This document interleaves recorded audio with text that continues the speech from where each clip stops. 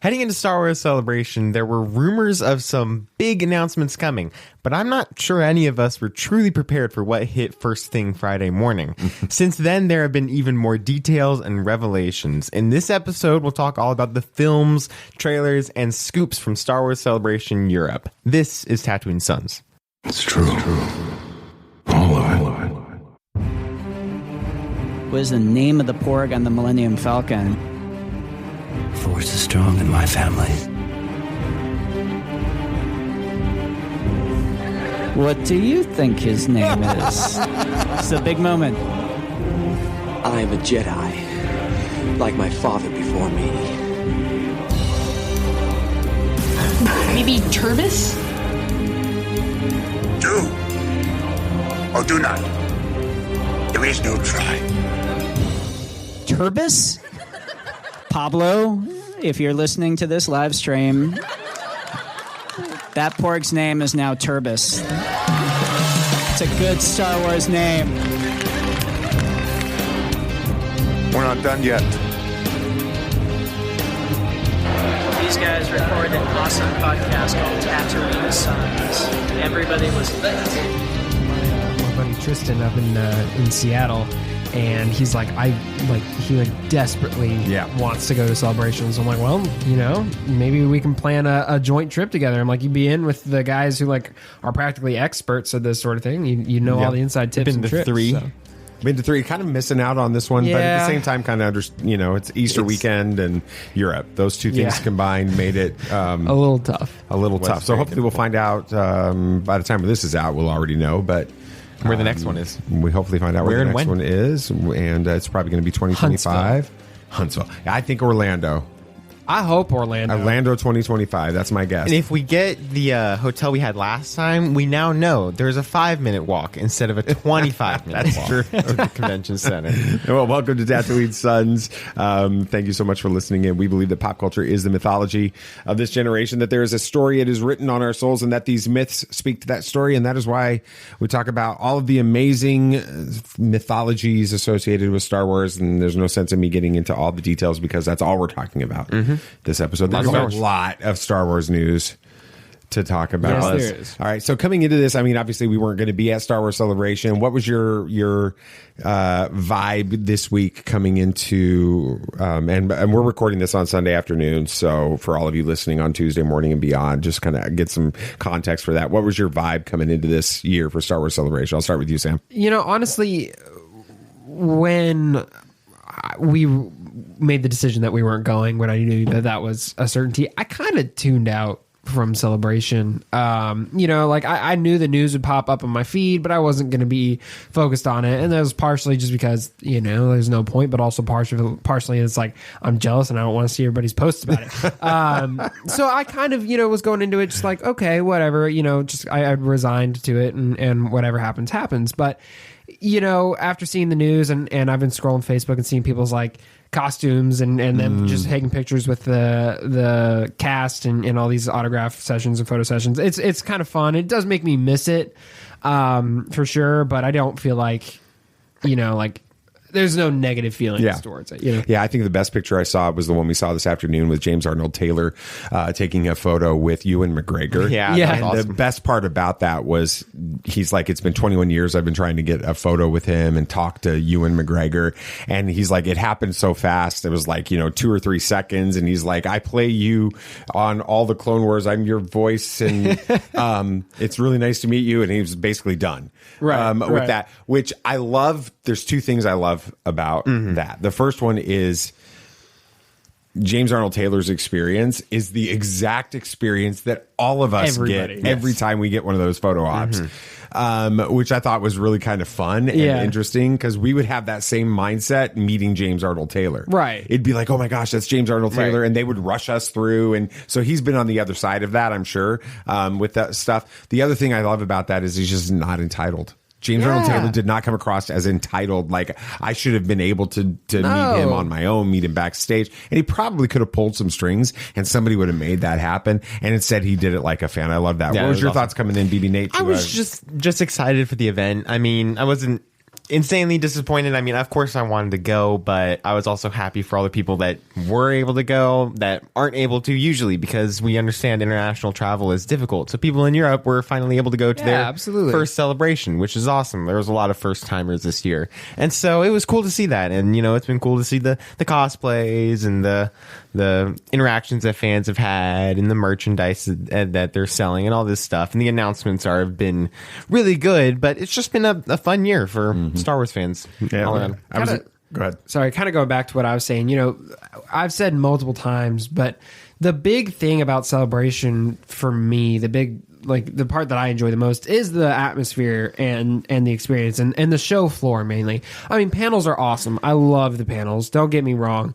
But, you know, there's an extent you can watch some of them online. You know, what you can't get online is the feeling of waiting in line. I know that's weird, but waiting in line with everybody, walking around the show floor, seeing all the booths, you're walking around and then there's a Boba Fett cosplay just walking around. You know, you can't get that at home. And that's like, 70% of the experience. Yeah, the community piece of it. Absolutely. You know, but going back to what you were talking about, how it's great for the people in Europe that get the opportunity to do this. I remember in 2019 how excited Neil Lowry was to come to Chicago. Yeah, I got to hang out with him a little bit and stuff like that. And then I saw a picture this afternoon of him getting a photo with Rosaria Dawson. That was so cool. So that's the kind of stuff that I'm excited about for this. So let's jump in there. So we're gonna start with the movies. That was the big announcement on Friday morning. I woke up, did my stuff, decided it's time to engage. I don't engage in social media when I first wake up. It's usually 2 hours or so in my day before I'm actually opening up Twitter, and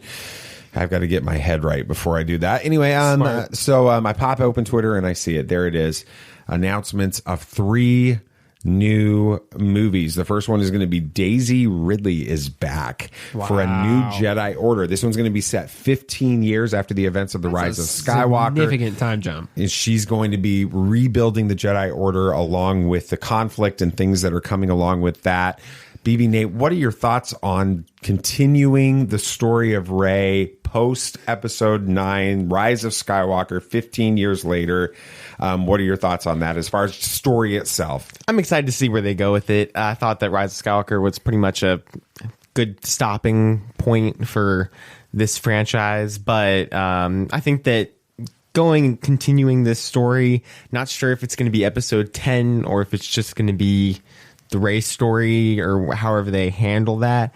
I'm not sure how they're going to handle an antagonist at this point, because they kind of eradicated Sidious, which was the big deal with the Sith, and kind of destroyed most of Exegol. So there's not really a Sith right now. I don't know if it's going to be personal conflict with the potential dark side within Rey, that'd be an not allowing her to build a new Jedi Order, or how they're going to handle it. Maybe Finn's a bad guy. That would be an interesting concept too. But that'd be a twist. It would be a twist. But I'm excited to see where they go with it.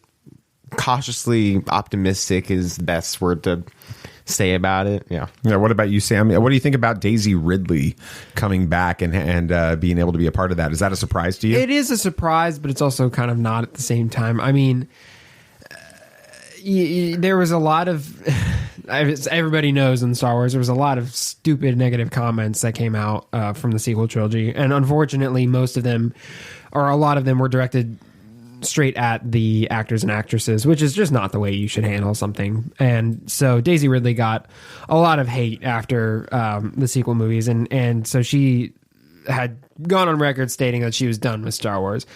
But then again, when Lucasfilm comes knocking at your door with a probably pretty significant offer in paychecks, you don't want to turn that down necessarily. But, it's been encouraging to see some of the fan reactions kind of turning around. I mean, Ahmed Best just made his reappearance in Mando, and even online, everything was overwhelmingly positive. Correct. Yeah. So there's obviously still hope, for anything. So I'm excited to see Daisy Ridley back. I liked the character of Rey. I liked Daisy Ridley. Cool lightsaber too. Yeah, I mean, yellow lightsaber. You're a fan of that. So I'm excited to see it. I get your point, Nate, about this is a weird timeline. Isn't 15 years almost the same gap of time between 3 and 4? It's 18. It's right? 19 years. 19 years in 19 that. years, So this is almost the same time jump. So there's a lot that can happen. Let's just hope she ages better than Obi-Wan Kenobi did. Right. I'm not with that. Yeah, but you got to think. What was that one Vision short that The took Ninth place Jedi? Yeah, I after get episode that. 9? I mean, they can do it. They can figure out a way to make it work. It's just, is it going to be a, how do I put this without sounding toxic? Jumping the shark, maybe, is a good way to put it. Just kind of shoehorning in a bad guy to have a bad guy in a story. Well, if we've learned anything about Star Wars is when you think there's no more Jedi, there are a lot more Jedi. Right. So when you think there are no more Sith, there may be more Sith. They may be dark Force users. They may be not a part of the official Sith order, but the Force is the Force. There is a light side and the dark side of the Force, and you can still have that impact. Like, when do we stop? When do we end this continuous battle? I mean, we've had 9 movies already set in this version, and we're going back for at least one more right now. Probably I'm not sure a we're saying that this is a part of the Skywalker saga. I'm not it's saying a separate that. I'm storyline. saying, the light side versus the dark side set in a point in time. This is now 15 years after. When do we kind of say enough is enough of this storyline and kind of When does good move truly on? Right. triumph? Yeah. Does it ever? And then do we just deal with that? But at this point, if you look at it from our faith perspective that we have, good and evil exist, and it's going to continue to exist in our world until the return of the king, right? And that's not, Aragon. That's Jesus. Yeah. So, I mean, until the king comes back and returns and sets things right, you have good versus evil, and it's going to be the same thing in the Star Wars. I mean, universe. that's kind of part of the reason, though, why I love Lord of the Rings so much, and I love the Return of the King, which we're seeing this week. Yeah, you guys are. Yeah, that's Thursday. Right. Is it not this week? No, it is. Okay. Just stop rubbing it in Dad's face. I was going to go, and then I have a work trip. So. But the thing is at the end of that movie, there's really no doubt. Or, I mean, maybe hindsight's 2020 because they haven't, made any stories, and Tolkien didn't write anything after Lord of the Rings. But it really does truly feel like evil is vanquished at the end. Like, they're done. Sauron's gone. He was the last bad guy. All of his forces are gone. Good has triumphed, and now they can go into the next age or whatever, and peace has been won. With Star Wars, it kind of feels like they keep doing the cycle over and over again. So I get your point. I do hope they find a way to make it really feel like the good guys have won for more than 2 decades. Well, we've got 12 minutes into this episode, and we've talked about one topic from Star Wars Celebration, so we should move forward. Sam, James Mangold, Dawn of the Jedi. So this one goes back 25,000 years before A New Hope to the first Jedi, to the establishment. They're like, this is supposed to answer what the Force is, where the Force comes from. Now, James Mangold was originally...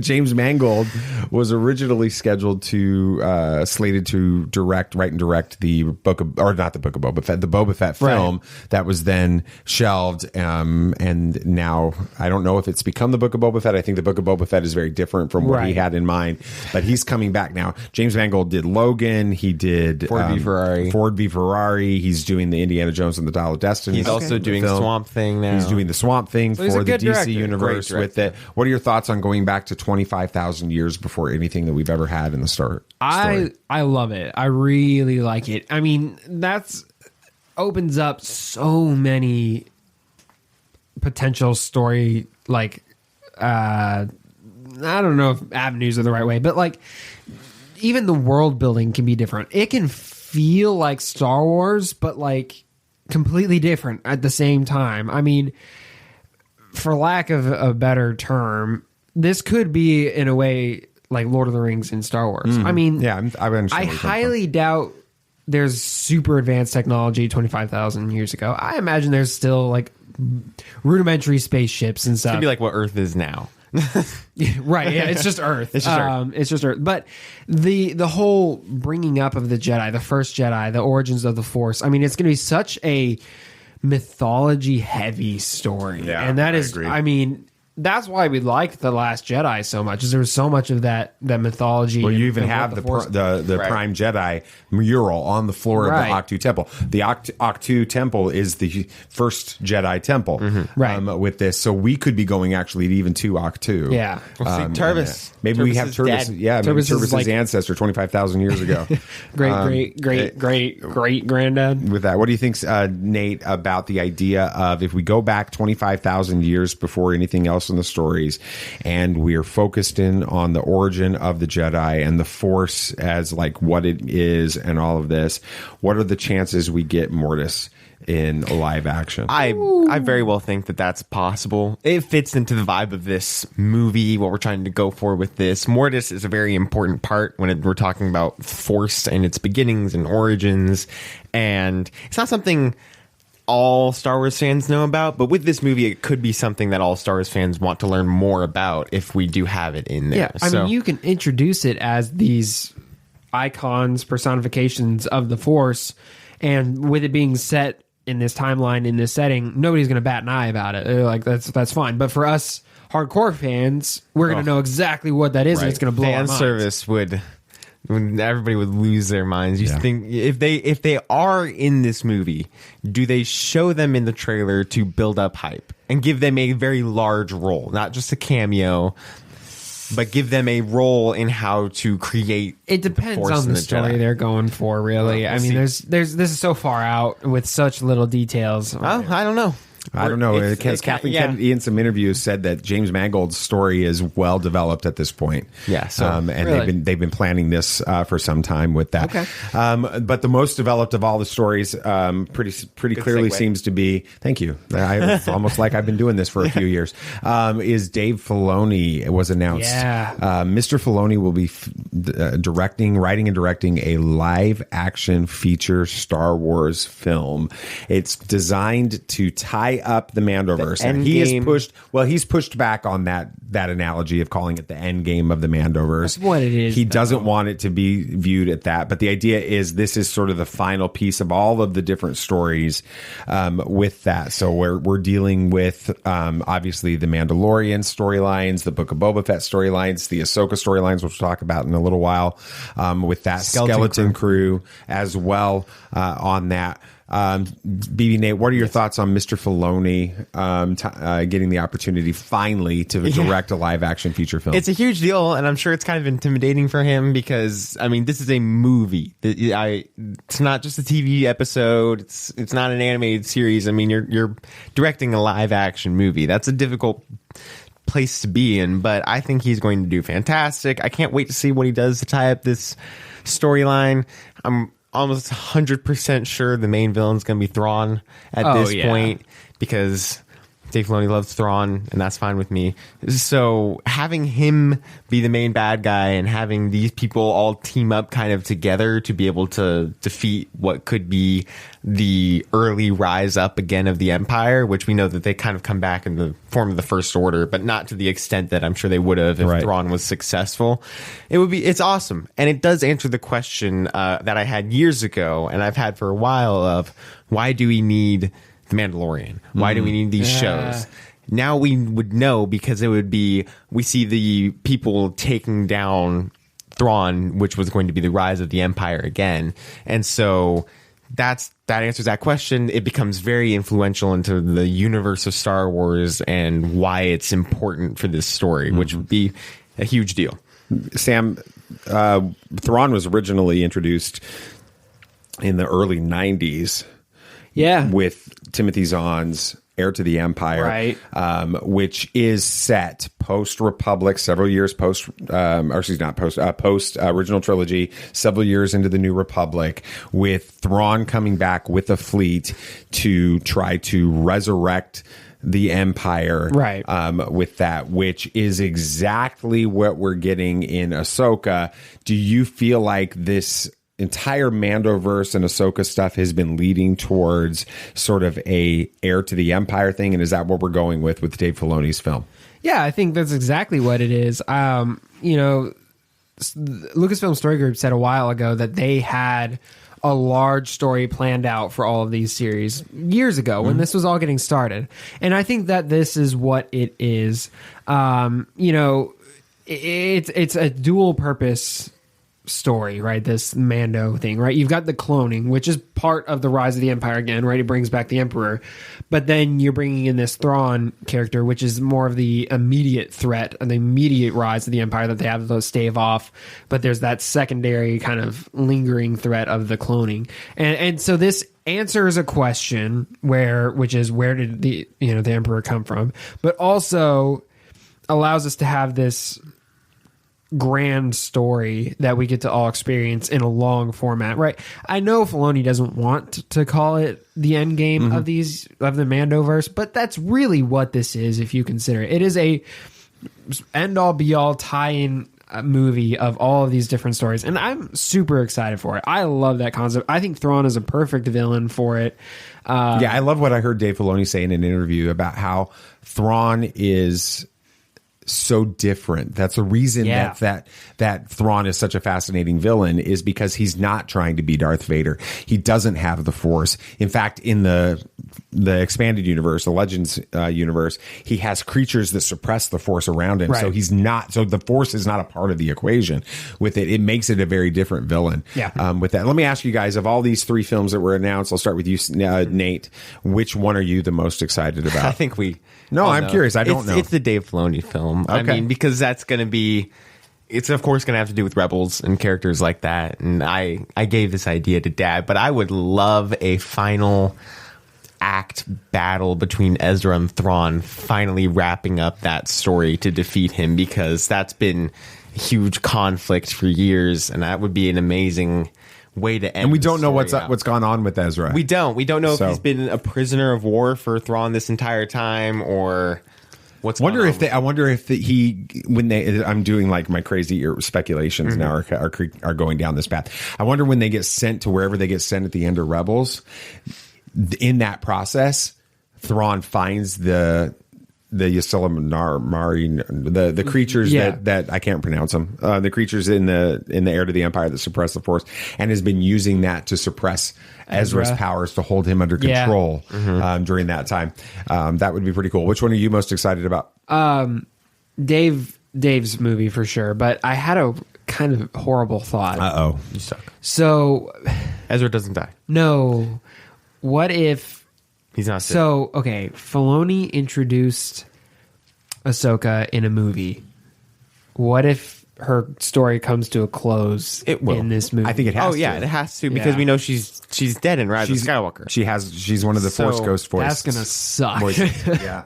It's gonna hurt. It's like poetry, though. It rhymes. Full circle here. It's Filoni for me. I'm excited about all 3 of these films for different reasons, but the Filoni film is the one I'm most excited about, just because we've been waiting for years now for Filoni to get this opportunity. Yes. And, I'm excited to see what he does with it. And I think he's got a pretty compelling story in place. I think that Jon Favreau has been working with him to help develop this story, to set things up. And I'm excited to see where it goes. Kathleen Kennedy was given several interviews at Celebration, where she did talk about some of the other types of things that are going on, the other films. She mentions that Rogue Squadron is still a possibility. She mentioned Lando, the series, is still in the works. They're just working that out. One of the things that she talked about was how, the directors they're trying to line up for these films are some of the best directors in the world. They're some of the best writers in the world. And so it's not so much these things are getting shelved. It's that the best writers and directors in the world tend to be very busy people because they're in high demand, and that's going on. Which even in another interview, she talked about the Rian Johnson trilogy is still, in the works. They're still wanting that to be done and all that. What do you thought? What are your thoughts? I know I sent you guys some links and some stuff about Kathleen Kennedy and what she said. What did you guys have to say about how her reactions were to those questions? Tristan and I were kind of talking about this a little bit, and it feels like Star Wars is really being careful to promote quality over quantity. One of the things that we have said a lot lately, superhero fatigue, is Marvel is getting a little oversaturated. We think they're releasing too much too quickly. It's losing the hype, and the quality is suffering at times. it feels like Star Wars is being very intentional about not doing that. I mean, we haven't gotten a movie. Well, they experienced it. Right. They did. We haven't gotten a movie in a long time, and that was on purpose. They've been very careful to release the shows too close together. Right. You know, I mean, Bad Batch and Mando did, but that's animated and live action. It's a little different, right? They have been very careful. The quality hasn't suffered on anything so far. Star Wars, Lucasfilm is ready to get back into the movie scene because they believe, and this is my speculation, they believe they have quality content again that they can release and bring the hype again. You said that Kathleen Kennedy wants to eventize Star Wars again. I wholeheartedly agree. Right. So them doing it this way, I think, is the best way to achieve that. Yeah, I think that we're kind of getting to the point, and we did, like, somebody said that they made a mistake with Solo and all that stuff, and I thought it was Bob Iger, but I don't care what Bob Iger says. Kathleen Kennedy was never really against Solo and hasn't. She was been. against the release date. She was against the release date. Yeah. And so she, of course, is still wanting to move forward with Lando, and so she's excited about what we're doing with Star Wars right now. She's not leaving like everybody's saying she is every other month. Right. She's staying. She knows what she's doing. She's listening to the creators that she's hired, which is something that's, I feel like, is starting to lose in Marvel. I feel like Kevin Feige is just like, I'm going to plan everything out, and then I'm going to hire directors and tell them what I want to do. Mm-hmm. And she's like, okay, well, Dave, what do you want to do with this new Mandalorian universe? Favreau, what do you want to do? So she's getting to the point where it's more of a collaborative experience rather than just, I'm going to be your boss. It's more of a creative environment. So I think she's excited about where we're at for Star Wars. I also think that as much as she's listening to what these directors want to do, these storytellers want to do, I think that she's recruiting and hiring storytellers that are willing to listen to what the others are doing and what the story group thinks needs to happen in order to make these stories all work together. I think that there's genius in this film release idea because you're dealing with something that's set 25,000 years ago, very legends driven kind of content, right, that's out there. So they can James Mangold's film and that whole era that they start developing films in can start bringing in ideas from legends in the expanded universe that will help drive fans from that era into the space again, into watching these films and these stories again. On the very other end of that, right, you've got Rey's movie with 15 years, Dawn of the Jedi. Dawn of the Jedi has some legends feel to it, but at the same time, this is about the sequel trilogy fans, those fans that were introduced to Star Wars because of the sequel trilogy, right, and they're going to continue to experience the positive, releases of these films and be a part of the fandom that way. And then the Mandoverse stuff that Dave is doing and the rest of them are doing is what's the people that are most engaged right now in Star Wars fandom are going to be getting immediate payoff for what they want. So it brings everybody in and allows them to all have their own thing. So, all right, well, we're about 30 minutes into this and we've talked films. There's a few other things to talk about. They did give us a little bit of information about the Acolyte. Basically, the most important thing is a description of they showed a trailer. Not for us. We didn't get to see it. We aren't watching those grainy, nasty trailers that people record with their phones when they break the rules and do that. That's just not what we do. Not cool. With it. So we haven't seen the trailer, but the most important piece of information that I have gathered from that is when Leslie Headland describes it as Frozen meets Kill Bill. BB Nate, what the heck does that mean? That's two very different movies. A little bit. If you have Tarantino and Disney, those don't mix. But it's really just going to be, I feel like, somebody figuring out their power and learning about that through that. I don't think we're talking about tone as much with these movies as much as story. Maybe it's like those scenes in Mary Poppins where you have live action creatures and animation. Yeah. No, maybe not. Hope not. No. Okay. But somebody finding out their power and learning how to use it and being terrified of what they could do with it and then wondering if their dark side, which kind of fits into the vibe of what we've learned about this show, and Kill Bill with maybe just some really awesome action sequences and a lot of very fun character moments that we have in it. Personally, haven't seen Kill Bill. Not really on my agenda right now. We have so many other ones but yeah, that's really what I feel like it would be. Yeah, it's a very weird way to describe a movie for sure. But show. Or excuse me, a show. But when you give it that specific of an description and such an odd one, it's probably going to work really well in my opinion. You know, like that's such an out there combination that it'll be different. It'll be unique. So I'm curious to see what that's about. I can't say much just because, again, I haven't seen Kill Bill, but I think Nathan hit it on the nose. It's going to have that deep story that you get from Frozen, but the fun action stuff.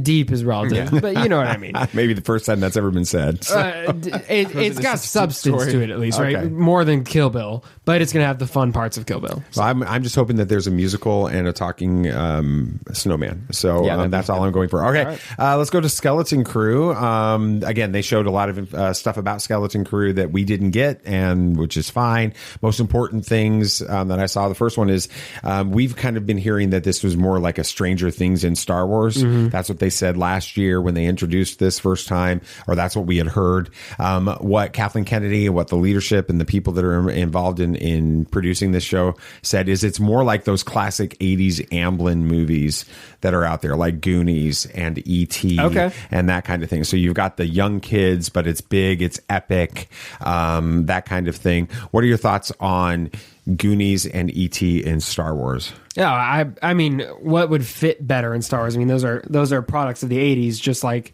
Star Wars is, right? And Spielberg. Spielberg, right. So and Kathleen Kennedy. Yeah, that's a good point.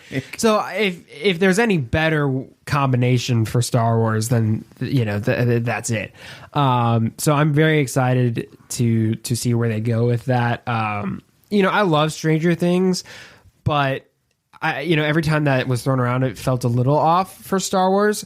As soon as I heard it's Goonies or E.T. in Star Wars, I'm like, oh, that fits. I can see exactly how that would work in Star Wars now. So very excited for that. You know, one of the things that is Stranger Things-esque that they described in this panel when they talked about Skeleton Crew was that there's going to be two parallel storylines going on. And in Stranger Things, you've got, you know, everything happening with the kids, and then you've got, you know, the mom and David Harbour's character, and I can't remember any of the characters' names right now. The adults, Hopper, the adults and things like that are trying to, especially in the later seasons, trying to kind of track down, find the kids, you know, everything that's going on like that. 3 or 4 storylines going on in that right. season. So what I understand is that you're going to have the kids that are on this adventure that they've been kind of thrust into unexpectedly, and they go missing, and then you all also have a storyline where the parents of those kids are searching for them. Why do you think it's important to have both of those storylines at once in this? To satiate the parents watching, wondering why are these parents not concerned, you'll get that, but you'll also see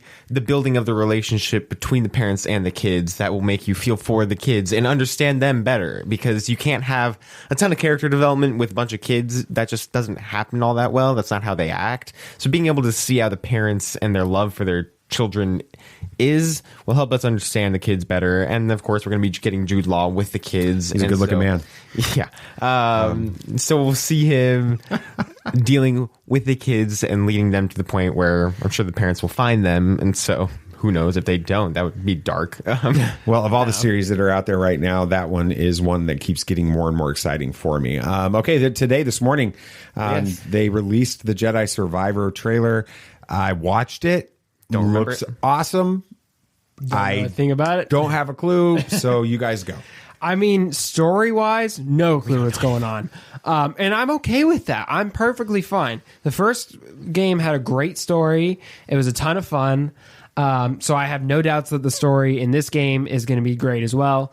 But the gameplay looks like a ton of fun. I think they've made some great changes with it. Dad's going to have no clue what we're talking about here. But, you know, Nate and I have heard it described as having different stances, right? With the different lightsaber configurations. You can have single blade, 2 lightsabers, double blade, or cross guard, right? And each one's a different stance, kind of like Ghost of Tsushima. Love that concept. It's going to be a ton of fun. But, you know, all the teases they've been doing with the story, all these, like the dude in the back to tank and all this stuff, it looks like it's going to be really good. I'm excited for it. Do we know how long? They said 5 years after I think so. Fallen Order? Mm-hmm. Okay. Yeah, I mean, it's going to be very exciting. We don't know anything about the story, really, which we didn't really know anything about the story for Fallen Order from the trailers. We kind of got that during the game, which is not unusual for games because you don't need to get people drawn into the story. You need to get them drawn into the characters and the gameplay because that's what you're going there for more than anything. And so we're going to be getting that. It seems like the new combat's going to be fun. Much larger worlds is what I'm hearing. Yeah. So it's going to be a lot longer this time, which is not a bad thing. It's going to be fun. I'm excited for it. We're going to Coruscant. Maybe. I just see that. Maybe. Well, I don't know if we're going to be traversing Coruscant, but at least a cutscene. Is it next gen exclusive, next gen capable? Do we know anything It's about next that? gen capable. I don't know if it's exclusive or not. So it will be like optimized for PS5. It is though. made for PS5. Okay, though, that's so. exciting. That'll be It's a really big deal big. for this game. It's Yeah. going to be difficult because the first game had some developmental issues. It's not refined. There's a lot of cuts in the cutscenes, a lot of glitches, a lot of bugs. Even years after, the graphics are fine, but they're a little bit unpolished. It looks like a beautiful game in the trailer. This new one looks very good. And honestly, that's the most the soonest Star Wars thing that we're going to get, other it's in than like finishing a couple up weeks. Yes. Mandalorian. With that, all right, 34 and a half minutes plus into recording, and we're getting to the thing that is the most important to us, and that was we got the new Ahsoka trailer and a lot more details of it. So basically, this trailer confirms that Ahsoka is Rebels season 5 In live action. Give me your feedback and your reactions to the trailer and everything that we've learned about the story at this point, BB Nate. It's very exciting. It's what I expected. I didn't expect anything less but Rebels season 5. Very excited to see what they do with this story and the characters and how they kind of tie into this Mandoverse. I think that Ahsoka is going to be a lot of fun now. We haven't really seen her have her own adventures all that much, especially at the point where she's kind of walked away from the Jedi Order fully and gotten to this point. It's going to be nice to see Sabine and Hera, maybe some Jason. I'd love to see some more Jason. Maybe some Zeb as well. He could tie into this now that we saw him last week in Mando. It's just super exciting. We're getting Thrawn. We're getting Lars Mikkelsen as Thrawn. Which That's, is yeah. And I'm pumped. Chopper's in it, of course. It's going to be great. It's going to be a lot of fun. So what do you think, Sam? You know, when I was watching the trailer, I'm thinking, this doesn't feel like a trailer for a TV show. It feels like a trailer for like a feature film almost, which is a great thing. But it really is Rebels season 5, and I'm all here for it. It looks awesome. The bad guys are they're interesting. I'm curious to see their story because they're not Inquisitors. Yeah, Mr. Filoni confirmed today in an interview that those are orange lightsabers, which is awesome.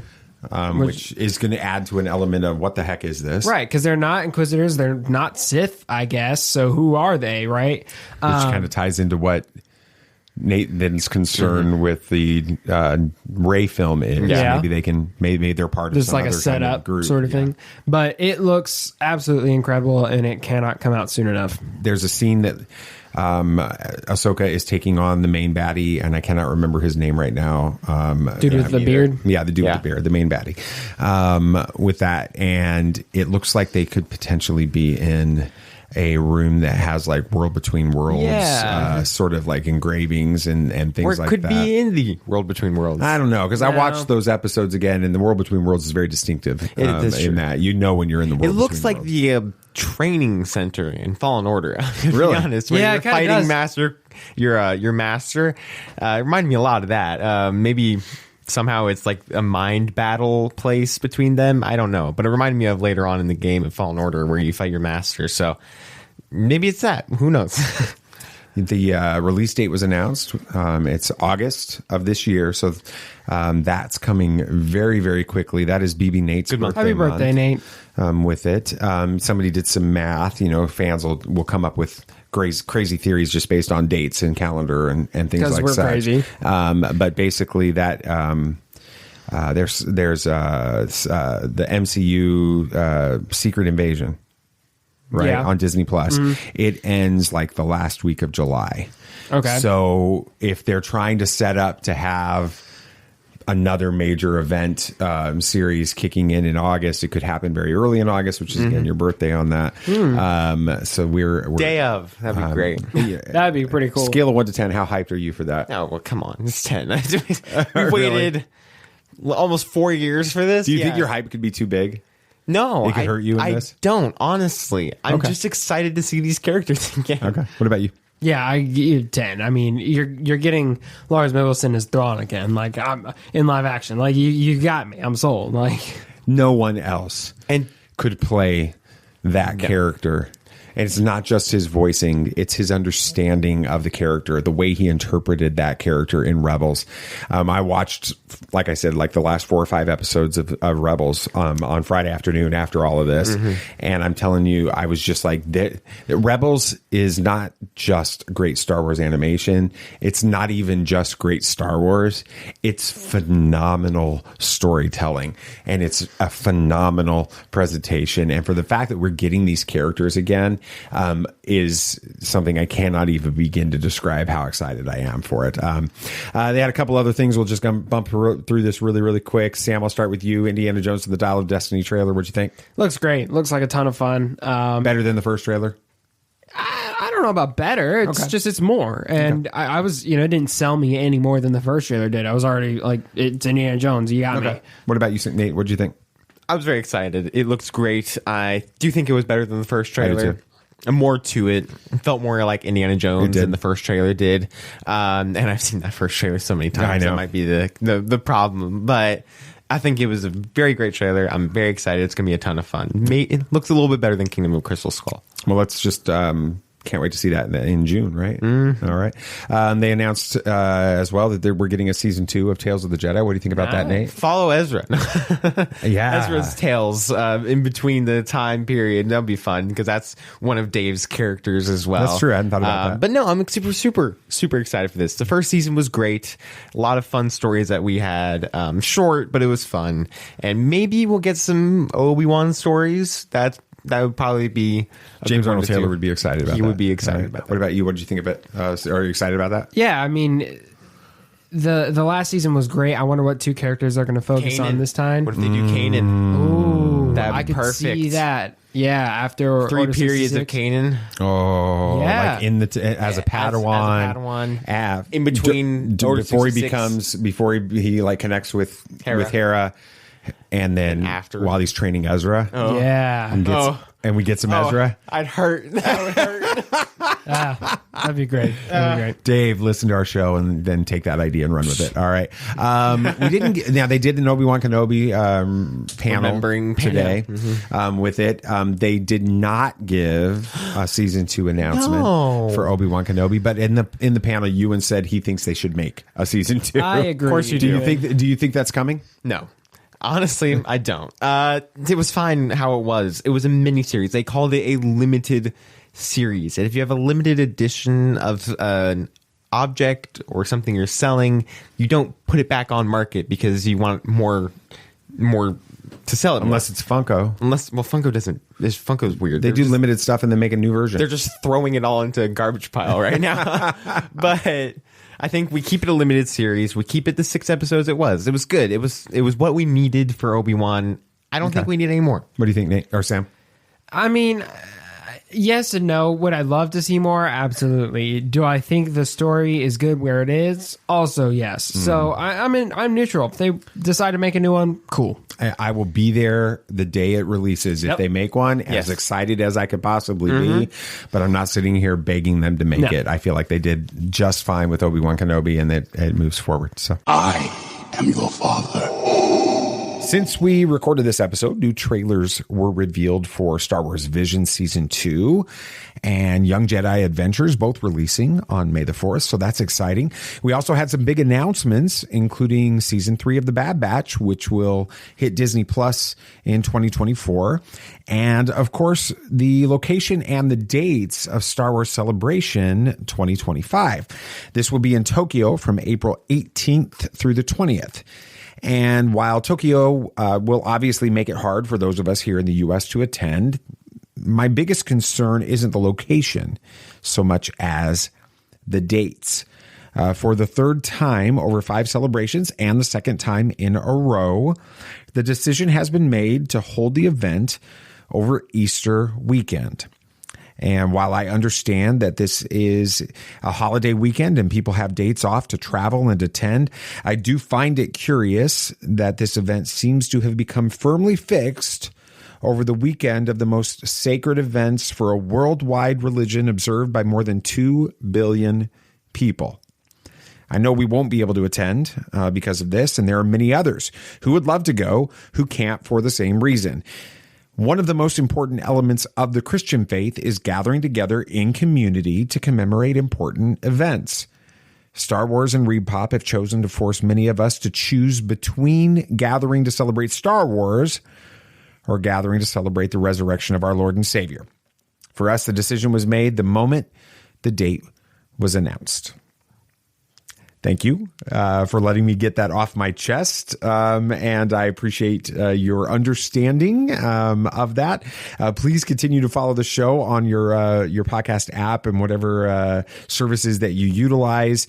Make sure that you are subscribed on the podcast app, of course, but also following us on Facebook and Twitter and Instagram and YouTube and all of the social apps as well. And one of the big reasons is because we have a huge announcement that's coming on May the 4th. And so you're going to want to stay tuned to our social media channels, checking in on the podcast as well to get more details about how you can be ready for that big announcement that's coming on May the 4th be with you. And of course, give us a rating and a review on your podcast app that you're listening to us on. It truly does help us get the show out to people that have never heard of us. And we hope that you like it enough and you want to do that. So I think that's going to pretty much cover it for this week. Next week, looks like we're going to be talking some Mandalorian stuff, kind of a recap of the season up to date, and then a preview of what's coming the next day in the big finale. So can't wait to talk to you about that. Until then, may the force be with you always. This party's over. I like that Wookiee. Don't get technical with me. Joy, please.